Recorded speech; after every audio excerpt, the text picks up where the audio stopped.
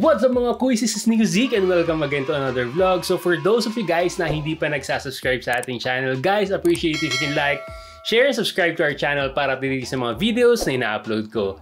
And for today's video mga kuys, ipapakita ko lang sa inyo yung mga bagong solid na makakasama natin sa mga vlogs natin moving forward. Sobrang excited ako mga kuys na i-share to sa inyo kasi nung dati pa lang sobrang gustong-gusto ko na itong dalawang brands na to. So uunahin na natin mga kuys yung bago nating helmet from the Retro Helmet Lab, which is the AMZ Rogue.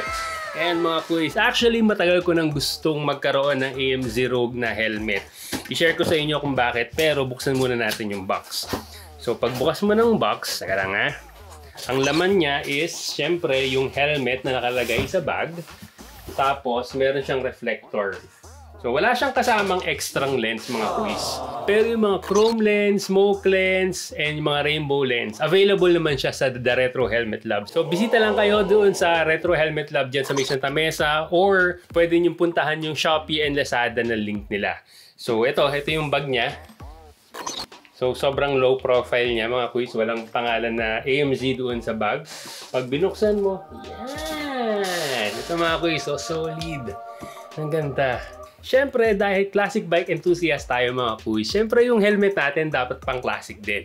And perfect na perfect sa atin tong AMZ Rogue helmet kasi ang gusto kong helmet is yung low profile lang, yung minimalist, walang keme-keme. So, napaka-simple lang niya. Kung titingnan mga kuys, so sobrang simple niya, wala nga siyang tatak ng AMZ sa harap. Ang tatak lang niya na AMZ is nandito sa may likod, dun sa may DOT certification. Ayan. So sabi ko nga dun sa past vlog natin na budget classic helmets dito sa Pilipinas, ito yung version ng AMZ na Cisco model ng Deus Ex Machina na brand. So kaya ako sinabing solid tong helmet na to mga kuys. Kasi unang-una gusto ko yung material nitong shell na to. Yung shell nito mga kuys, it's made of fiberglass composite material, which is, I believe, better than ABS or thermoplastics. So yung dun pala mga kuys, sobrang solid na nitong helmet na to. Isipin nyo, for the price nito, fiberglass composite na yung gawa nitong helmet na to. And isa ko pang kino-consider sa bagong helmet mga kuys is yung weight. Kasi ngayon, ang ginagamit ko usually is yung modular helmet ko, which is mabigat. Basically, yung mga modular helmet talaga mabibigat siya. And kapag nag-long ride, kahit na actually Tarlac, kahit na Pampanga or Subic, medyo nangangawit yung leg ko. Kasi I think yung weight ng helmet na yun is nasa 1.5 or nasa 1.6. And this one, since fiberglass composite material nga siya, mas magaan siya than the other usual helmets. So, ang bigat lang niya is 1.4 kilograms, which hindi siya yung pinakamagaang. I think yung mga pinakamagaang sa classic helmets is yung Rook, which is 1.35 kilograms. Pero ito hindi nalalayo, 1.4 kilograms lang siya.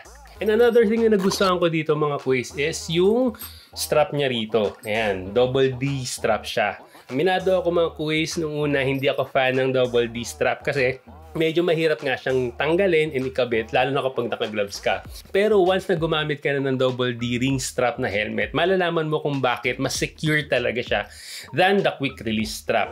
And mga kuys, makakasanayan din naman natin yung paglagay and pagtanggal ng double D ring strap. So okay na okay sa akin tong double D ring strap.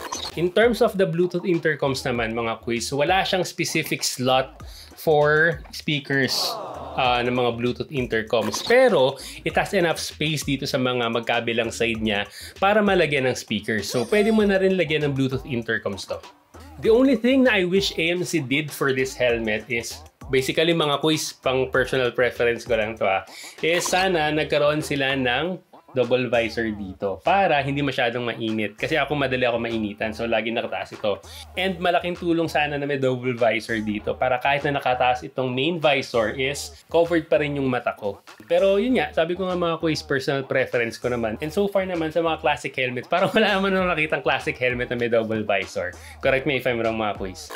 So for the price of this helmet is 7,600. Yes, it's not the cheapest nor the closest to the cheapest one. Pero mga kuys, with the quality of the helmet, yung material niya, I would say na yung 7,600 is cheap. Kasi yung mga ibang brands within the same price range, thermoplastic or ABS plastic pa rin yung pagkakagawa ng helmet. Ito mga kuys, fiberglass na. So, solid na solid. So, syempre, para i-customize natin to, lalagyan na lang natin dito ng music ng Japanese characters. So, yan mga kuys, AMZ Rogue. So, available siya mga kuys sa The Retro Helmet Lab. Bisita kayo mga kuys sa shop nila para ma-appreciate nyo yung ganda nitong helmet na to.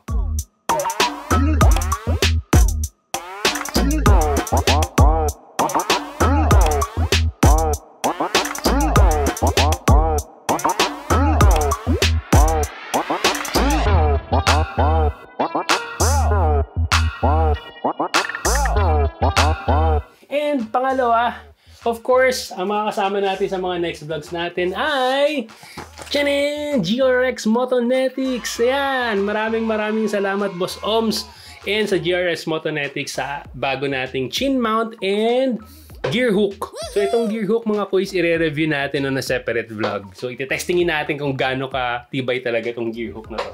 Makikita natin talaga. So ito yung bagong chin mount natin na ilalagay natin sa bago nating helmet. Kaya partner yung ating bagong gears. So pag binuksan nyo to, maliit lang siya. Pag binuksan nyo, makikita nyo is, so ito yung security cord niya. Tapos, ang nasa loob niya is, ito na. Ayan. So ito na siya mga kuys. So ayan, yun ang laman niya. So, meron siya yung pinaka-main chin mount niya. Ito, ayan. Tapos, meron siyang extension dito sa kaliwa.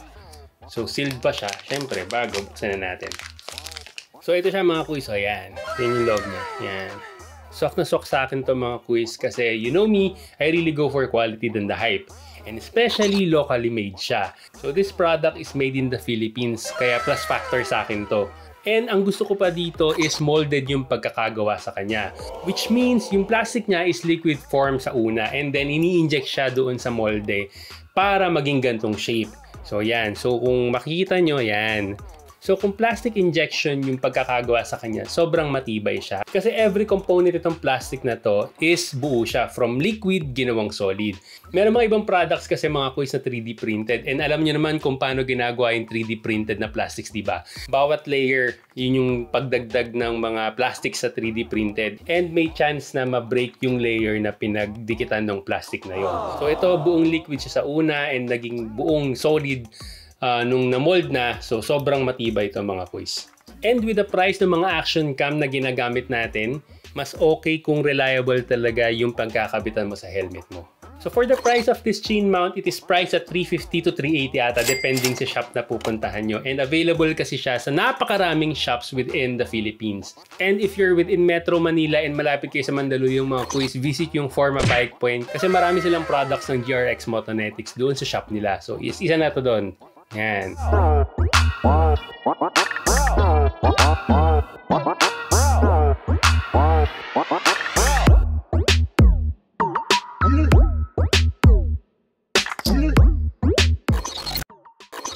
So there you have it mga kuys. Ito yung dalawang products na makakasama natin sa mga next vlogs natin. And excited ako kasi sobrang solid itong dalawang produkto na to. So abangan nyo yung mga next adventures natin with the AM0 and with this GRX Motonetics chin mount. So there, quick vlog lang to mga kuys. Thank you again for watching this video. This has been Zeke signing off. Always remember guys, stay safe, ride safe, and God bless. Bye-bye!